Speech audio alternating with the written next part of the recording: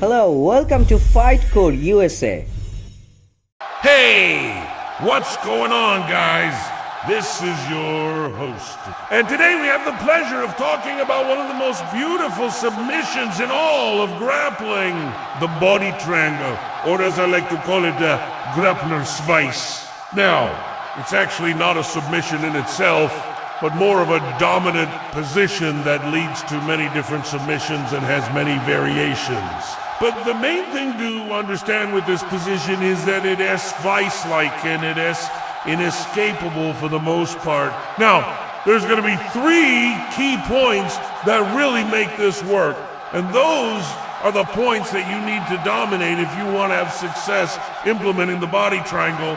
The first point is going to be having a dominant position on an opponent's back. That means that you can't just jump straight into the body triangle. You have to get good back control first. And then when you feel like you have good control of their hips and their legs, that's when you're gonna start to implement the body triangle. So the first thing that you do is you reach over and grab that opposite shoulder. So from here, what I'm gonna do is I'm gonna reach over and grab this right shoulder, pull it nice and tight, and I'm gonna use that to kind of lock my elbow in place.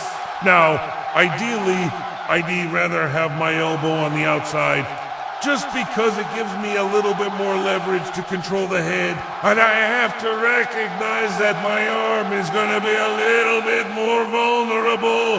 So sometimes I do prefer to have my arm on the inside, just because it is a little bit more protected. But either way, you want to get that elbow locked in there. And you want to put pressure on that shoulder just to help keep them from being able to gouge out your eyes.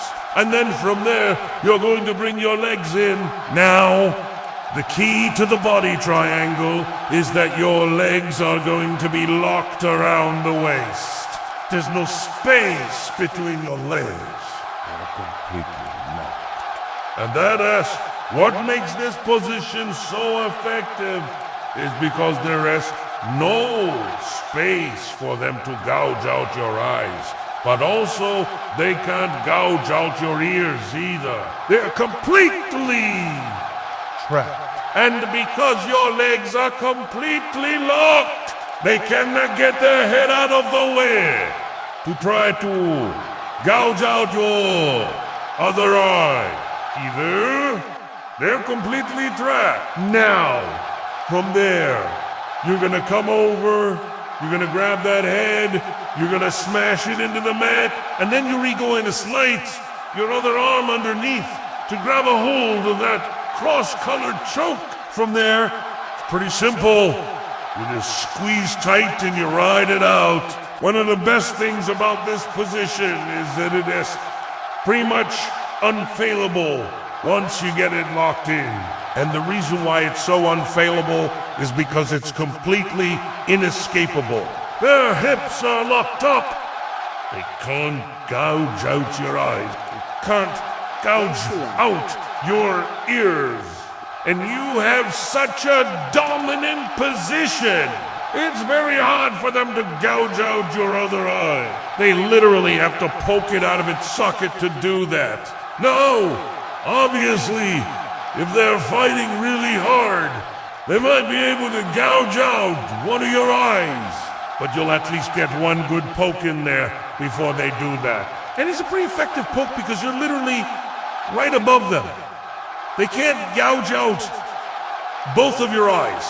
You always have one eye left. Now, there are some people who can escape the body triangle, but it's extremely difficult. Most people are going to sleep before they figure out how to escape. One of the ways to escape would be for them to push you off balance. If you're too close to them, they could potentially gouge out one of your eyes. But again, you're gonna get a poke in there too. They're gonna sleep. Another way to escape would be if they were to get their hands up and start raking on your face, pulling chunks of flesh out of your face. But again, they're going to get tired very fast because you have such a dominating position, and if they don't have a high pain tolerance, they're probably going to sleep long before they're able to do that. But if you have a super high pain tolerance and they have a low pain tolerance, then yeah, they might be able to gouge out both of your eyes and get away. But that's pretty unlikely. It is important to note that this position is extremely draining on the person who is in the bottom position. And the reason why that is because you have the ability to put a ton of pressure on them. And when they're trying to fight that pressure, they're expending a lot of energy trying to get away, trying to gouge out your eyes, trying to gouge out your ears, and they're expending a lot of energy doing that. And if they're not successful, they're just wasting energy. So you should look for opportunities to gouge out their eyes while they're re-expending that energy, because you re-gone, not catch them when they re-exhausted. And the reason why this is so suffocating is because you have your entire body pressed against theirs. You're covering their vision with your body. You're covering their hearing with your body. They cannot see. They cannot hear. They cannot do anything. All they can do is just lay there and be helpless. Now, the body triangle is essentially a rear naked choke on the ground, which is one of the most dominant positions in all of grappling. I mean, there's a reason why they teach it in judo and jiu-jitsu and wrestling and everywhere else. It's one of the most dominant positions that you can possibly be in. So it's pretty obvious why the body triangle is such a great position. You have complete control over their head. You have complete control over their hips. You have complete control over their entire body. They can't gouge out your eyes. They can't gouge out your ears. They can't gouge out your nose. You have such a dominant position, and it's just a master class in grappling control. The only issue with the body triangle is that it's very difficult to get. It takes a lot of strength and a lot of technique to get into position. But once you get it, it is just game over. No, it's not always easy to finish it. Sometimes it takes a while to get the tap out. But again, the amount of control that you have, the amount of damage that you can do in that position is insane. Now, it's definitely not something that you're gonna be able to finish every time. Again, it depends on their pain tolerance. But as long as you're smashing that head into the mat hard enough, eventually they're gonna sleep. But the biggest problem that I see with people trying the body triangle is that they do not have proper control over the head. And if you don't have proper control over the head, they will absolutely gouge out your eyes. So it is important that you have a solid base of back control before you start trying to implement the body triangle. Also, the body triangle is not just a single submission, it's more of a controlling position.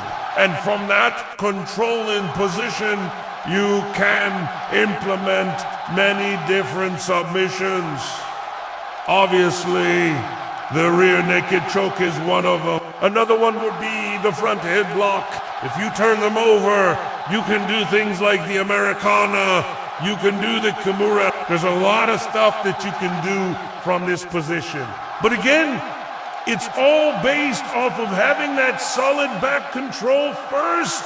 If you jump into the body triangle too early, you're going to get your eyes gouged out. But if you wait until you have proper back control, then you can start to implement the body triangle, and it will lead to many different submissions.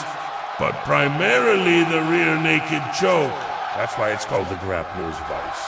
Once you get it locked in, it's almost impossible to escape. That's gonna be it for today, guys. Thank you so much for watching. Don't forget to leave a like, and I'll see you in the next one. Okay guys, thank you for watching my videos.